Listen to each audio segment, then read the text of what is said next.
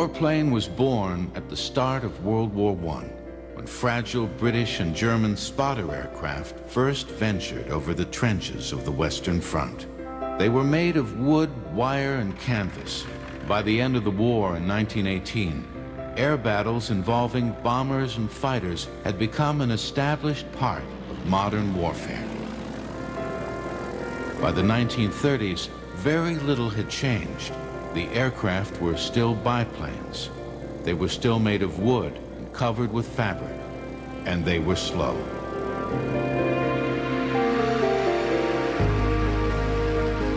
Then, in 1931, a British seaplane reached the astonishing speed of 407 miles per hour, more than twice as fast as the biplanes then in service with most air forces. The S-6B was a streamlined metal monoplane, far ahead of its time. It was the latest in a series of racing planes created by the Supermarine Aircraft Company. Its chief designer, Reginald Mitchell, was a brilliant engineer who understood that the day of the traditional biplane was over. In 1930, the British government officially requested that its aircraft industry submit designs for a new fighter. Mitchell produced an aircraft which stuck closely to the government's request, but was little better than the biplanes it was meant to replace. Mitchell went back to the drawing board. Then, in 1933, a new sense of urgency developed. The Nazi Party was voted into power in Germany. Its leader, Adolf Hitler, began rearming his country with modern, all-metal bombers and fighters.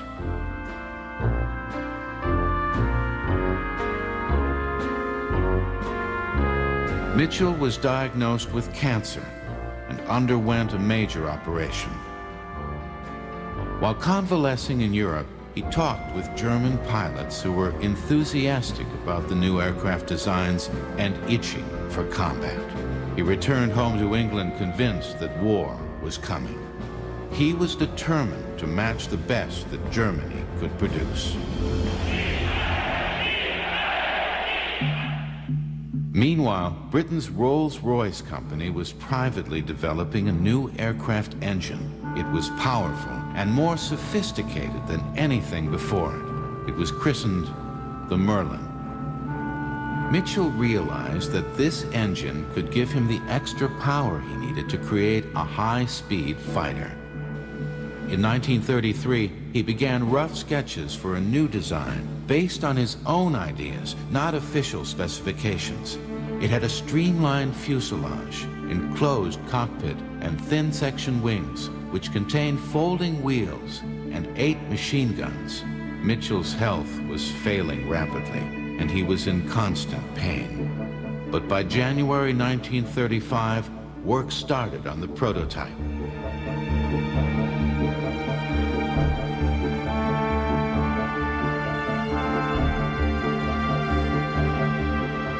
In a moment of pure inspiration, Mitchell created the gracefully curved wing shape, which would become the hallmark of the Spitfire.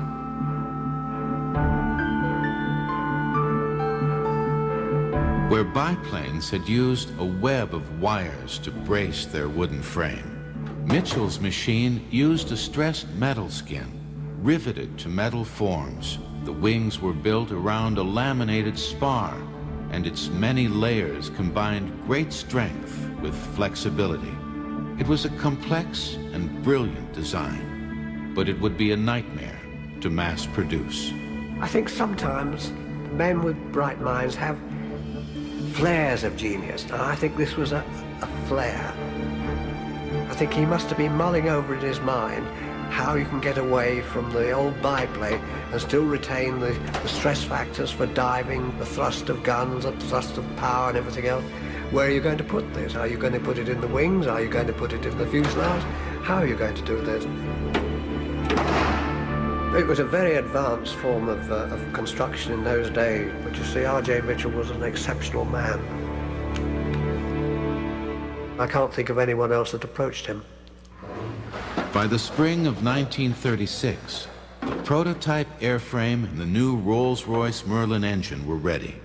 the two were combined. And on March 6th, the very first Spitfire, number K5054, took off. It was a strikingly beautiful and revolutionary machine, which looked more like a racer than a fighter.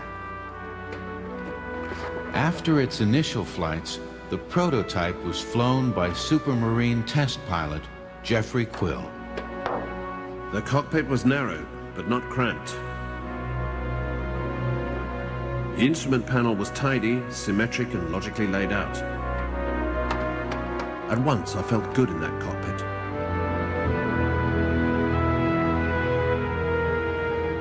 I primed the Merlin engine carefully, and it started first time.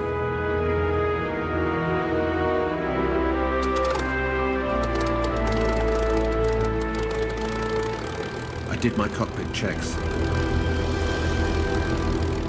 With a last look round for other aircraft, I turned into wind and opened the throttle.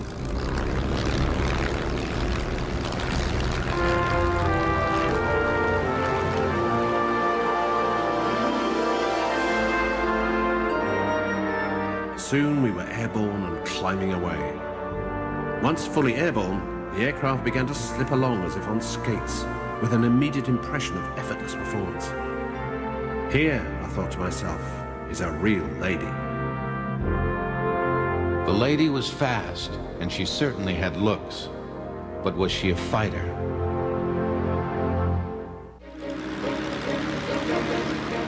The revolutionary Spitfire was not the only contestant in the race to build a new RAF fighter. The Hawker Hurricane was a much less advanced design than the Spitfire, with a thick section wing and a wire-braced fuselage with a fabric covering. But it was easier to build. It was also several months ahead in development. With a top speed of about 330 miles per hour, it was almost as fast as the Spitfire. Spitfire designer Reginald Mitchell knew that he could and must do better, but his health was failing, and his fighter had not yet been accepted by the Royal Air Force. He drove himself even harder. To have a machine that in your heart you knew was a winner, and you knew that if war came, the whole nation would depend upon that machine. I mean, it's one of those things that rarely happens to anyone. And for someone to be aware of that, and he must have been aware of it for quite a period before his death, the mind boggles to think what a person is going through.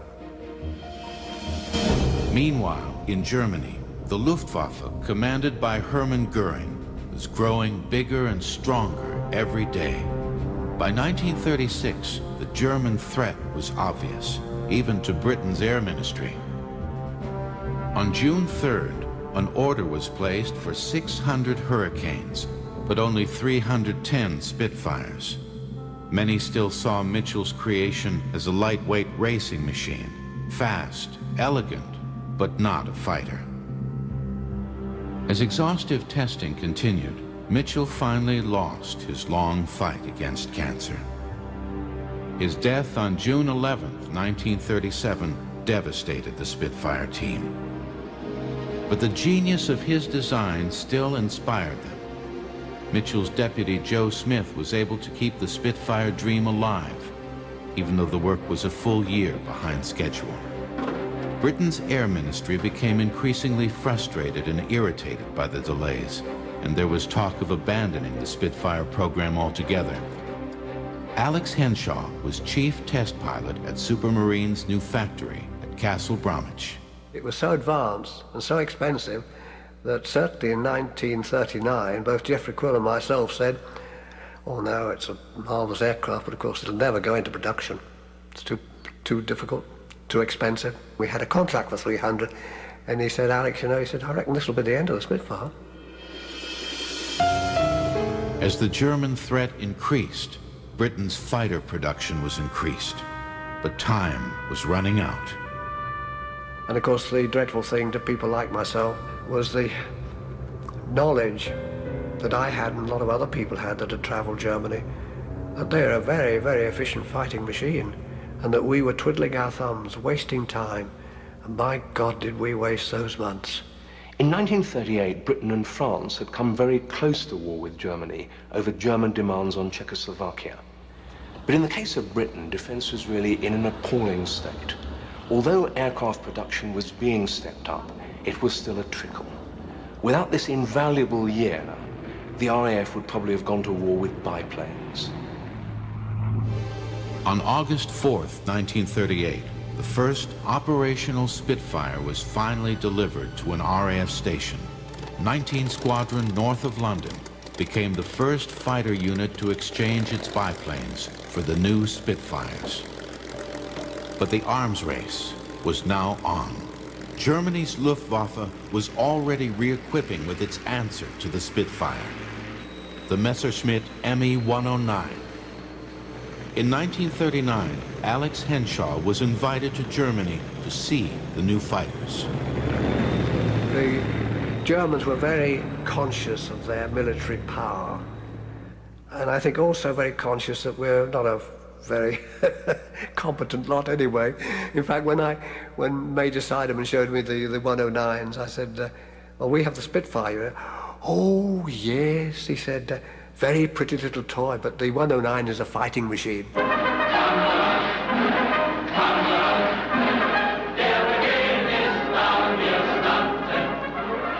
On September 3rd, 1939, the war began between Britain and Germany. Now, the RAF would have to face the Luftwaffe. Young British pilots were rushed through their basic training. Most ended up flying Hurricanes, but the fortunate few were assigned to Spitfire squadrons.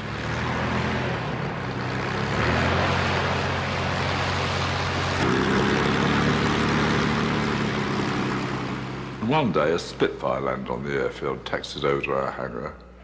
We all rushed over to this thing, walked around it, stroked it, sat in it. I know I fell a bit in love with this airplane. It was beautiful. Like if you see a ship that looks as if it should sail, the Spitfire looked as if it should fly. The Spitfire as an aircraft was a thoroughbred. I think that with any airplane, if it looks right, it will fly right. And let's face it, the Spitfire is the most beautiful airplanes ever been made.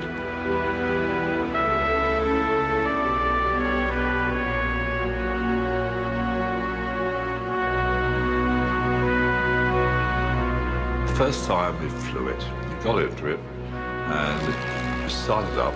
Oh, it was fantastic.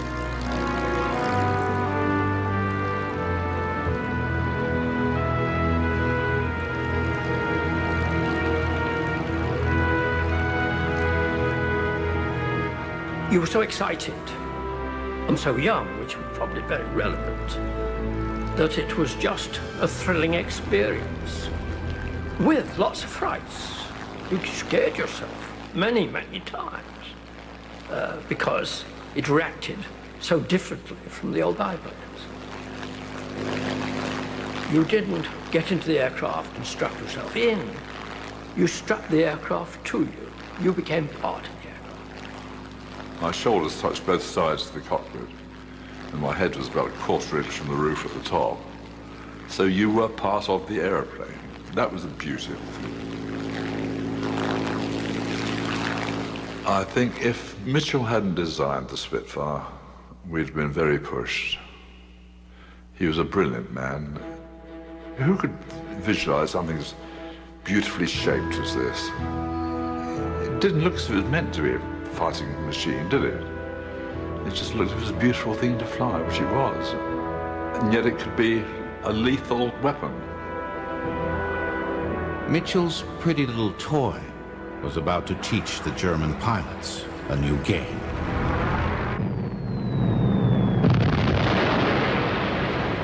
In May 1940, the Germans invaded France.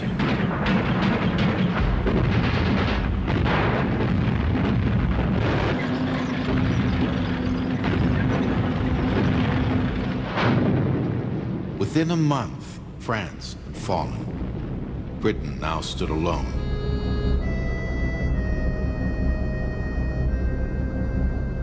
Churchill told his country, the Battle of Britain is about to begin. By July 1940, Britain's position seemed really bleak. It had always been assumed that German bombers would have to fly all the way from their bases in Germany to Britain, and the distance was too great for fighters to accompany them. Now some bombers were based scarcely more than 20 miles from the shores of Great Britain, and fighters could accompany them all the way to their targets.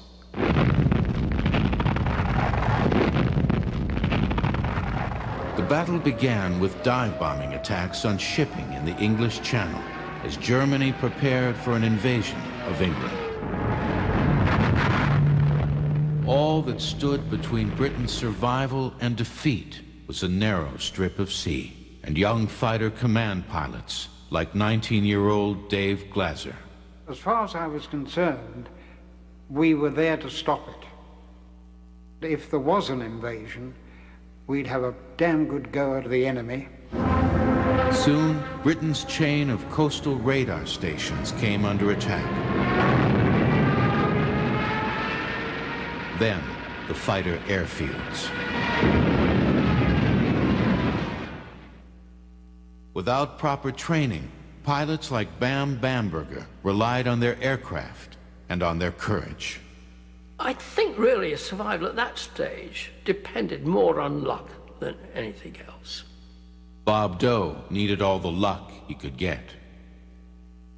No one told us anything before we went into action. In fact, I'd only ever fired my guns once. We were given, I think, 20 rounds per gun. We were told to go and shoot them to the North Sea. Well, you can't miss the North Sea, really. We got our Spitfires in March, and we flew them every day until we shoved into the Battle of Britain.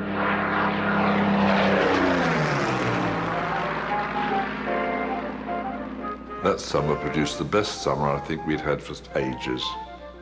During that short period, I only remember one day when we couldn't fly. Good flying weather meant daily visits by the Luftwaffe. Losses began to cause serious concern. By mid-July, it appeared that if such losses continued, the RAF would be eliminated in 6 weeks. As the pilots waited to take off, they knew how slim their chances of survival were. Waiting for the scramble was much worse, in my opinion, than flying in combat. I was very tense, probably apprehensive of what I was going to come up against. It was all an unknown quantity. Okay, you tried to read. Mostly, I think you tried to sleep or doze, but it was waiting. We used to play cards, or painting, drawing. A lot of them did sleeping. And then suddenly, the telephone would ring. And you'd be all alert. And it was someone saying the navvy was coming around with tea.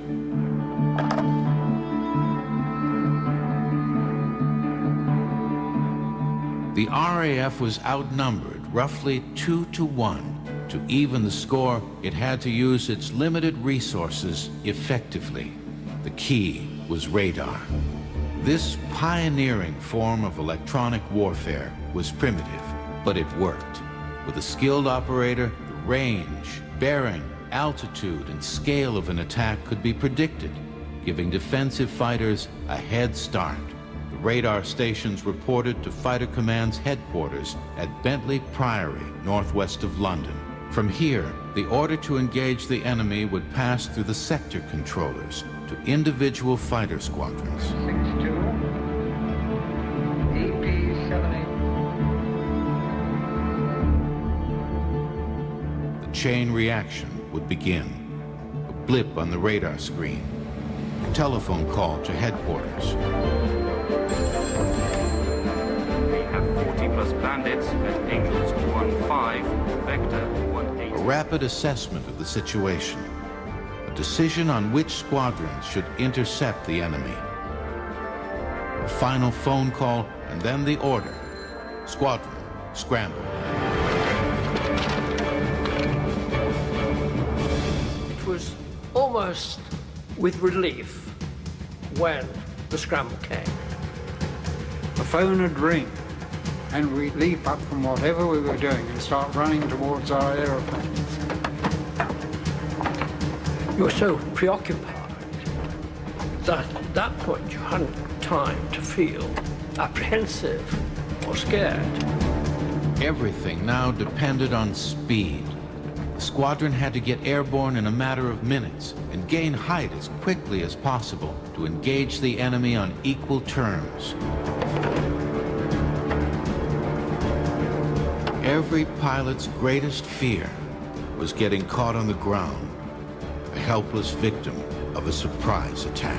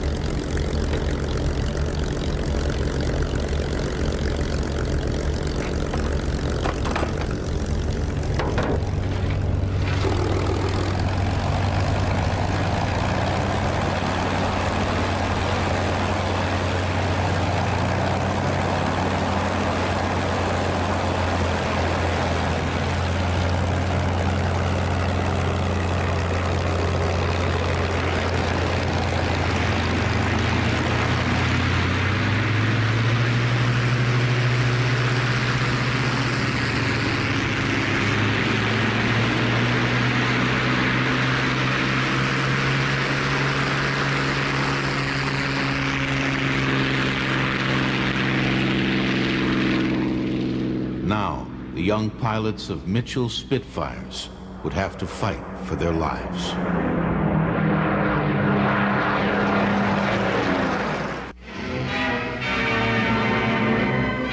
Fighter pilot. The words convey something of the spirit that lies in our squadrons.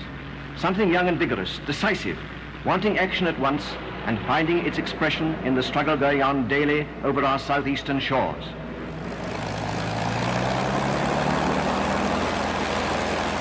But you have not yet been let into the mind of the men who do the flying, nor shown their feelings when in the air and going into a fight.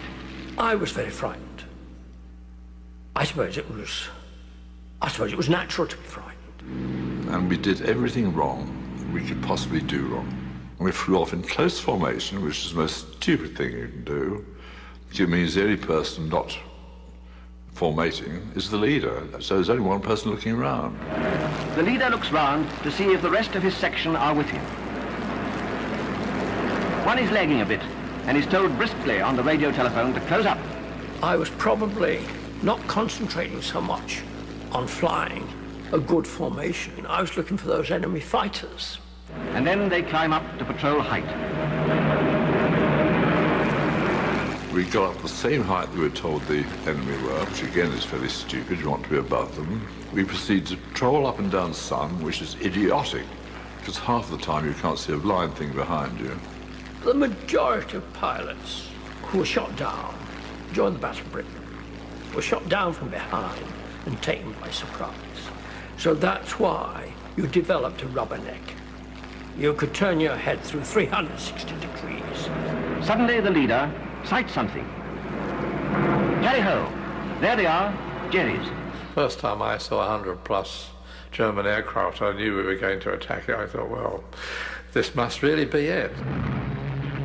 We just found ourselves in the middle of hundreds of aircraft. And that's when the battle started. You had to keep a jolly good watch out for the right position to bring the boys round and then in.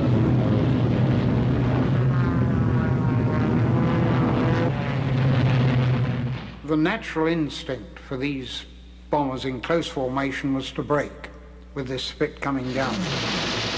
When you're flying an airplane, you're moving as well as the target. So you have to compute in your head how far in front of that airplane you've got to fire, because when you fire these bullets, it takes a little time for it to reach, shall we say, 300 yards. And in that time, an airplane can move a long way. The slower-moving bombers presented fairly easy targets, but any attack on them instantly provoked retribution from above as fighter escorts swept in to attack. The important thing is to see the other person before they see you. If you see him first, you've got a damn good chance of shooting him down or alternatively avoiding him. But if you don't see him, that's when you're in real trouble. And suddenly, these 109s flashed past with their yellow noses. They look killers, and they look professional, and I felt very much an amateur. I saw a tracer going past my aircraft, and someone in the squadron shouted, "Break," which I did. And suddenly, I found myself alone in the sky, and there was no one else there, not even any enemy aircraft. I found myself behind a 110, so I closed up on it and shot at it, and I was utterly astonished when this thing turned over and dived down into the sea. I then followed him down. I saw him crash into the sea, and as I pulled up, I realized I was being shot at from behind, and this aircraft overshot me. So I settled behind him and shot him down. So I shot 2 down in my first operation, without knowing what was happening in the sky around me or who was doing what. Everyone was looking after themselves or trying to achieve something. And so it was individuals taking flash shots at other individuals. For many young pilots, their first mission was also their last. In my case, I was sheer luck that I wasn't killed in my first action. Well, it wasn't any skill on my part. My aircraft was not hit, and I didn't fire my guns, but I came back to base slightly wiser. Until you've learned, you haven't the hope of living, unless you're very, very lucky, as I was. Each aircraft had its own ground crew. The crew's job was to prepare it as quickly as possible for the next engagement. All 8 machine guns had to be checked and reloaded. Each gun was fed by a belt of 300 rounds of ammunition, 2,400 rounds total. The pilot had roughly 15 seconds worth of firepower. Meanwhile, the fuel tanks were refilled, the oxygen supply was replaced, and any engine problems reported by the pilot were investigated. The pilot and his crew knew that his life depended on their skills. A close bond often grew between them. The ground crew had their own airplane, which they looked after, and I think they took more interest in what had happened than anyone did. And they're questioning you all the time, they're getting you out of the plane. They're very enthusiastic, they're a wonderful lot. They were in it just as much as we were, no doubt about it. They had a hell of a job to do. Despite the bitterness of the struggle, German and RAF fighter pilots often displayed a strong sense of chivalry in combat. I couldn't bring myself to shoot at him anymore, and so I flew up alongside him about 20 yards away. I could see this tall, blonde, big bloke just sitting there looking at me. So I just put my hand up and turned away and left him. I knew he'd have to go down to the sea. And in fact, it turned out I should have shot him down because he was picked up by his own side and taken back, and he came out and shot more of our people down. So I should have shot him down, but I just couldn't bring myself to do it. The 109 started to smoke very early on, and I stopped firing, partly to save ammunition. And partly, I suppose, at a sort of not really wanting to kill somebody. So I flew up alongside, slid my cockpit canopy back, and could see him struggling with this 109 to try and rescue the airplane and himself. Unfortunately, about 500 feet, he lost control. I went straight in and burst into flames.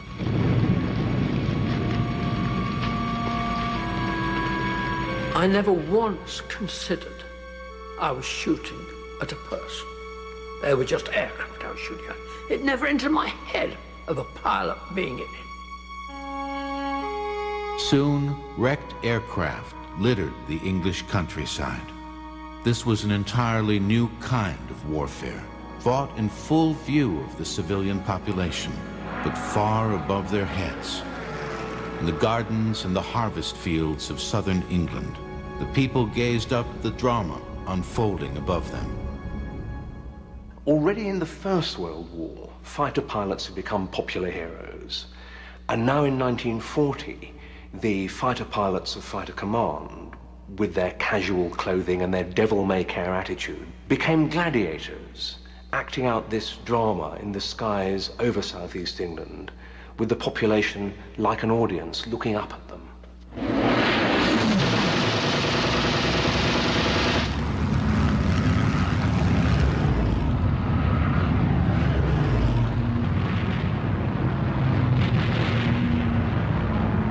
The mission of the Luftwaffe pilots was to destroy the RAF and its bases at all cost.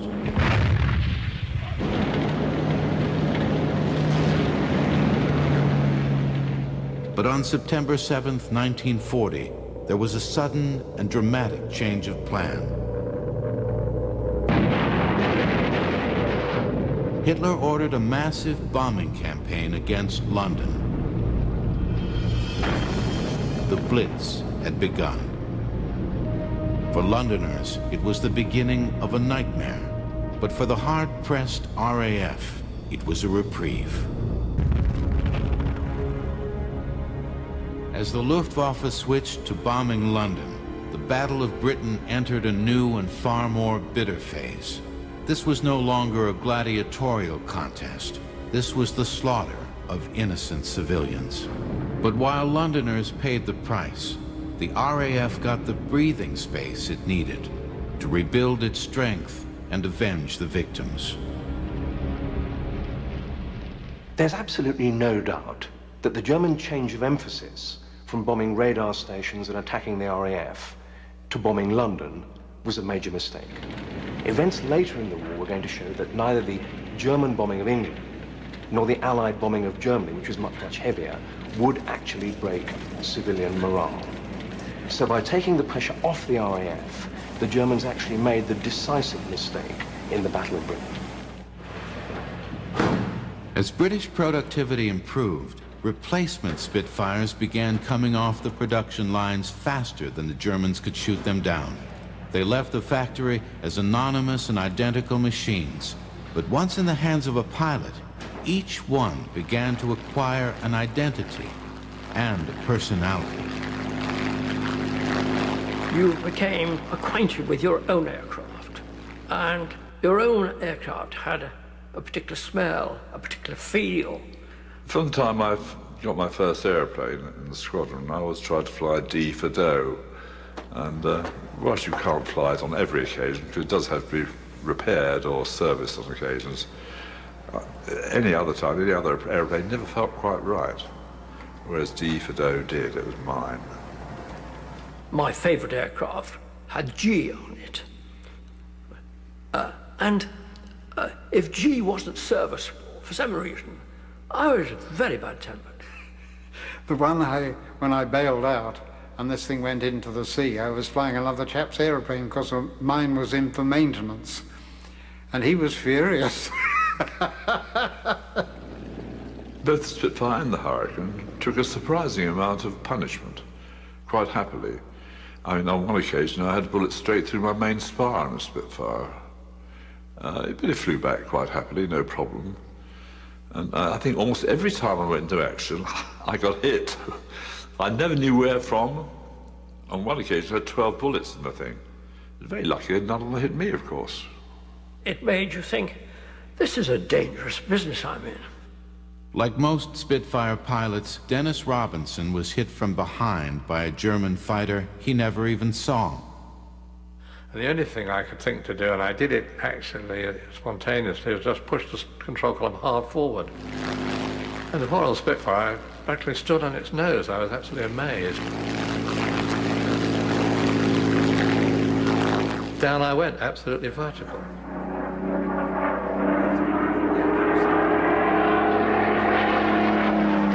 I managed to pull out in time in a steep climbing turn, hoping to see my adversary in full power. And in the middle of that, the engine stopped dead on me. Fortunately, there was another aircraft in the sky. It often happens in battle, you know, that you suddenly find yourself all alone. I had a pretty good touchdown with the wheels up. And I was feeling pretty pleased with myself, and all of a sudden, the cockpit was filled with dust and dirt, and then I could feel the Spitfire lifting up again, and I thought I was crashing over on my back. I don't really know what happened, except the left wing was torn right off. As soon as the action stopped, of course, I immediately threw the canopy back, and realized then that the Spitfire finished up vertically in a ditch, and I could easily jump clear. Even a Spitfire as badly damaged as this one could help keep others in the air. Reusable wings, engines, and tails were simply grafted onto new or repaired fuselages to produce more fighters. But while the aircraft could be patched up, exhausted pilots could not.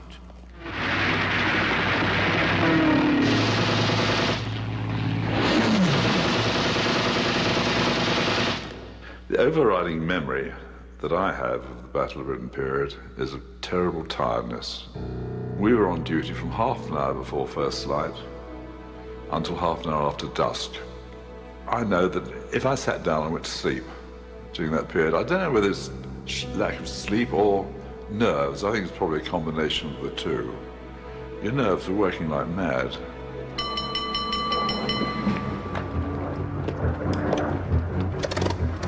The most flights I did involved in during the Battle of Britain was five scrambles in one day. And at the end of a day like that, you were both physically and mentally stressed out. You know, you'd had it.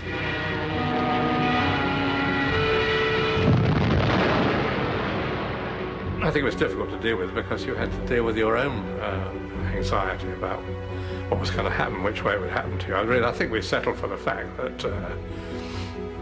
there wasn't much chance of surviving it, really. Among the pilots, there was grim determination to finish the job, but no one knew how much longer they could hold out. As the Battle of Britain reached its climax, the raids on London became more intense.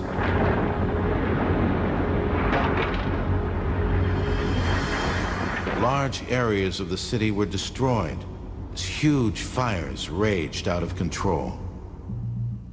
The turning point came on September 15th, 1940, as the first reports began streaming in from the coastal radar stations. The empty map at Fighter Command Headquarters began filling with evidence that this day's raid would be the biggest yet.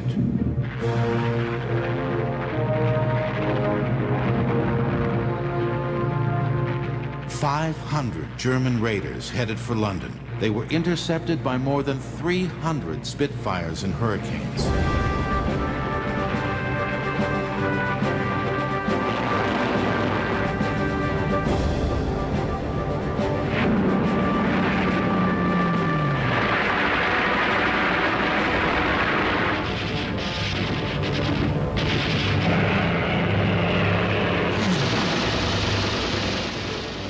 As Londoners watched, a spectacle unfolded over the city.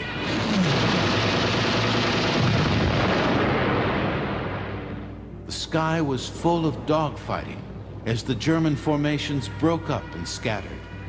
At the end of the day, the RAF proudly claimed 185 kills. Later, revised down to 60. But it was enough. 2 days later, Hitler abandoned his invasion plans. The Battle of Britain was over. We did very well over the Battle of Britain, there's no doubting that at all. But God was on our side because, as was said at the Battle of Waterloo, it was a very, very close-run thing. The Germans hadn't won air superiority, and without it they had no chance of invading across the Channel. And they hadn't hurt Britain so badly that the British government or the British population wanted to sue for peace. Britain was still there, still in the war, an unsinkable aircraft carrier for Allied bombing attacks on Germany. And that springboard from which the Allies would eventually mount the invasion of Europe. It was all down to the Battle of Britain. And there was a great tribute to the fighter which had helped make it all possible. The German air ace Adolf Galland was asked by Goering what he really wanted to win the battle. He replied, Spitfires.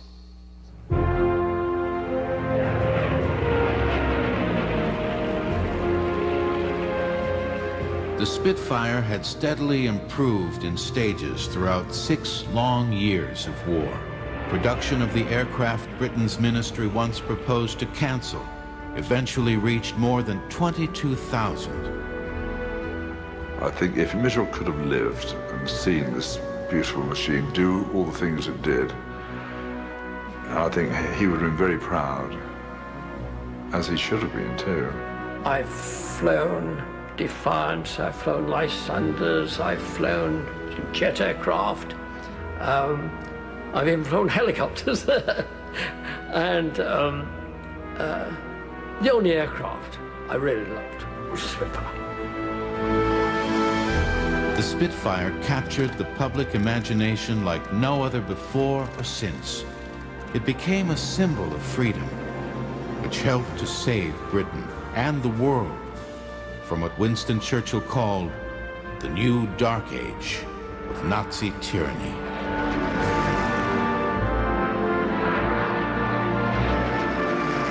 This was Churchill's final verdict on the young RAF airmen who fought the Battle of Britain.